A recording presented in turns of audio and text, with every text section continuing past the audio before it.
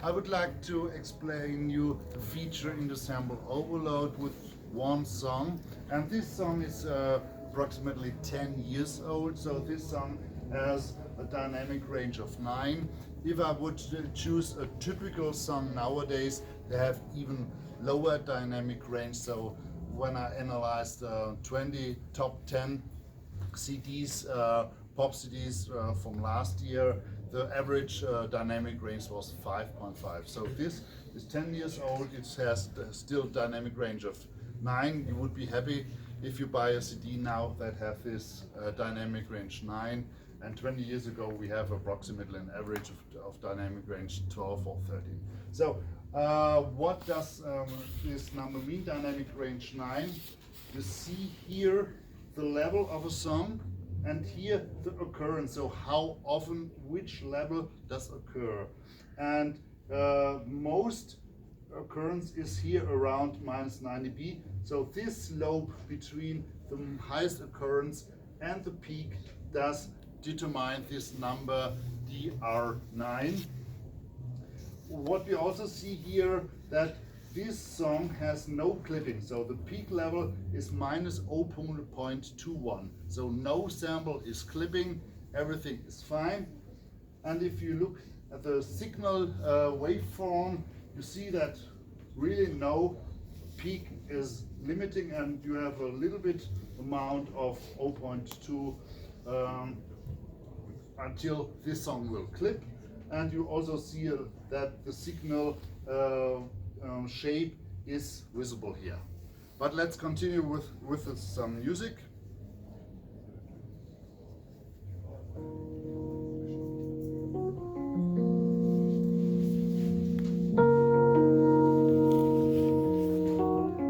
We have seen that this song has a reasonable dynamic range of 9. This song doesn't clip, and you see the song structure in the waveform. So let's further analyze. If I analyze a little bit further, I still confirm dynamic range 9, still confirms no signal is clipping, but what is this? That means true peak level is nearly above 3 dB above 0. That means that this song, even with a reasonable dynamic range and even without no clipping of any sample, does drive the signal into overload. How can this happen, and how does this look like, and how does this sound like? When we look here, these dots are representing the samples, so no sample is clipped, as we saw already before. But when you create the waveform out of this sample, you see on these points that the signal is above 0, so and is clipping. And I can assure you that no matter if you have ESS chip, AKM chip, TI chip, Brown chip, every DA converter chip will clip, because they develop this chip that can handle sine waves with full scale, but not music with full scale. And this music isn't even full scale. It is, we have a still reserve and still some dynamic range in it. We will further analyze this after the next track. Gray skies out of my way. You make the sun shine bright. Okay, so now a question for you. We have seen dynamic range 9, so reasonable. This song is approximately 4 minutes long. How often do you think this song will clip when you play back this? Just some guess? No guess? 100. 100. Another guess? 10. 10? 10. Okay, so as I'm a Apple certified master engineer, I have some tools to measure this, because if you are supplying a master that is signed for a master for iTunes, you have to fulfill as a master engineer that you do have no clip and no inter-sample overloads. So I have this tool, and this tool you see inter-sample overs for one channel is 1,500, for the other also 1,500. So we have in total in this 4 minutes 3,000 times inter-sample overs. That means every second you have 12 clips. clipping. And the typical song nowadays that have dynamic range 5.5, they do have approximately 55 clippings each second. And this is real world. This is nothing that I thought we could measure this or that. This does happen if you buy a CD, download or stream. This is real world. And I have done some calculations. I put this chart into this representation and just one channel of the waveform.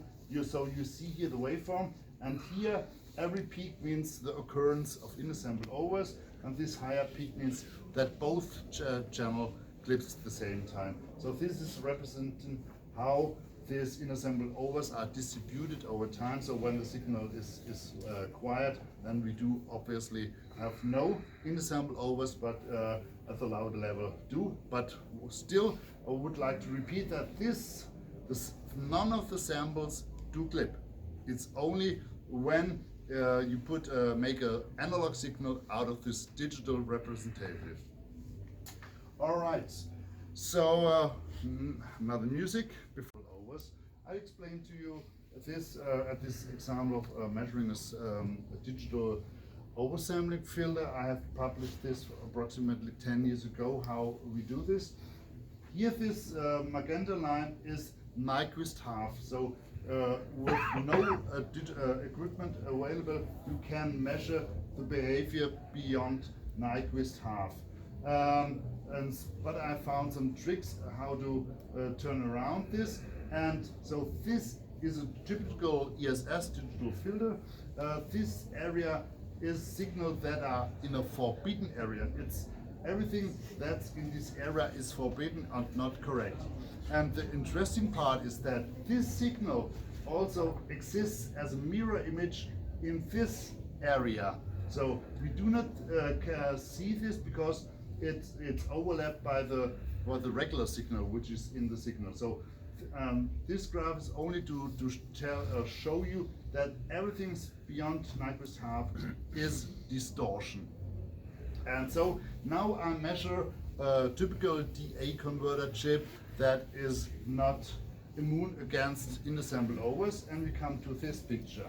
So now I have a signal here, this reddish signal that goes to Nyquist half and then goes down to the noise floor. This is the noise floor here.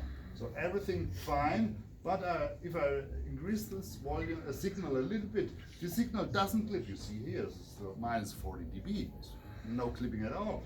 But even this does now create distortion. This yellow line means signals that are should not be there, and as I told you, these signals also are here, but you do not see this. I can't measure this because this line covers this. And if I make the same measurement with an MBL DA converter, you see no distortion at all. So neither with a regular signal nor with a higher signal, there's no signal in this forbidden area, so no signal is clipping. So this technique we have in all our DA converters, in here with the N31 Noble Line DA converter, with the Corona DA converter, and also with this 1611 DA converter with the F version. So you can be sure that no signal you are listening to will drive any of these three DA converter into problems, into clipping. And this you will be able to enjoy the music without being harsh when the music gets loud. So it's not a dependence on how loud you will make the preamp or the integrator. It's always a question how loud you do make your music. Okay, so as I promised, a little bit slower music to relax before we go to the next point.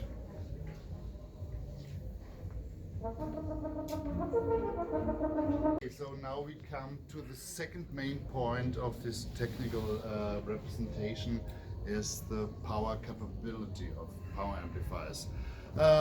If you have some experience testing different amplifiers with different loudspeaker combinations, you may have noticed that there are some 100 watt power amplifiers, they can drive nearly everything, and then there are some 1000 watt amplifiers, they collapse with nearly every loudspeaker. How can this be happening? So this is a typical impedance curve of a typical 4 ohm loudspeaker. When we say 4 ohm, it does not go below 3.4 ohm. There are some exceptions that shouldn't be there, but they are. So this loudspeaker goes down to 3.6, and the highest value is 19 ohm. So it's really relatively easy to drive loudspeaker. So you think that if you test a loud power amplifier with maybe 2 ohm and then maybe with 20 ohm, and if these measurements are fine, you think the amplifier would be fine. But what you not see on this graph is that we have phase shift between voltage and current.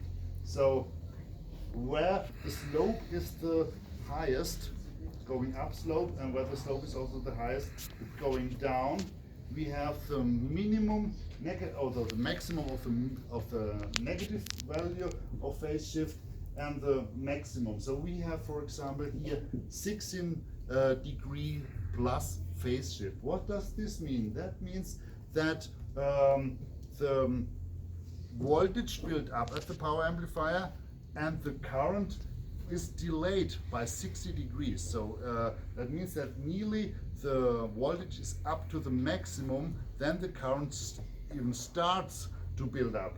And this point means the opposite, though, that there's already current flowing, building up the sound pressure for the loudspeaker, but the voltage comes later. And one important point to know is that all feedback loops does only watch the voltage. So when there is no voltage, the feedback thinks nothing is happening right now, and there's no chance to control the current flow. So they only control the voltage. This is only with sine waves. The next picture I explain what's happening with real music, but between that we listen to real music. Maybe that can store energy and will give the energy later. That means that if you play some impulse, the components of the complete system can store this energy, and when the impulse is already gone, then they will give this energy back to the power amplifier, and vice versa. And the best way to demonstrate this or to show this is the next graph. I think that you do not find this graph anywhere. So here is the voltage, here is the current, here's a typical 4 ohm line. So if you have a poor 4 ohm, this will just show this line. But what you see here in this graph is, for example, this axis. As I said, this is voltage, this is current. So this is 0 voltage. This is represents the loudspeaker we have seen before. And even with 0 voltage, we have current flow. So at this point, the feedback loop has no idea what's going on. So it's only the skill of the amp designer to take care that the amp will sound fine. And here is the most tricky parts. Here we have, for example, positive voltage and negative current in this area. That means you have plus 2 volt at the output side, but the current is not flowing out of the amplifier, the current is flowing back. And here's the opposite. We have negative voltage plus positive current. That means the power amplifier wants to suck the current back, so it has negative voltage, but the current is flowing out. And this area are tricky areas that confuses the feedback loop and confuses also a lot of power amplifiers. And this is the reason why some 1000 watt amplifiers sound weak, because they could not handle these 2 critical areas. So the best way, and I think also a unique way we do, is to test an amplifier with real signals and real loads. because as I told you, this is a real loudspeaker with a real load behavior, and this is just a representation of the same graph that you have seen all over the magazines, but what will happen with music. So I think you haven't seen this graph anywhere. And here is the same measurement with the power amplifier. So the graph, the axis relation is the same. Even this is higher voltage and higher current, because I do test the power amplifier to its limit, but I cannot test the speaker to its limit. It will maybe break, or I do not need to do this as long as the axis will stay the same. So this is, for example, the MBL N21, and this amplifier can drive all area here. So if you scale it correctly, you will see, so if you scale this a little bit down, that this amplifier can drive the above mentioned loudspeaker. So if you would measure any loudspeaker that you have in your home or store with this test method, and if you would measure any power amplifier you have had with this same or similar measurement technique, you can see which power amplifiers will break or will not be able to control the loudspeaker, or which loudspeaker maybe is worth to have a better look into the impedance behavior. All right, so let's continue maybe with the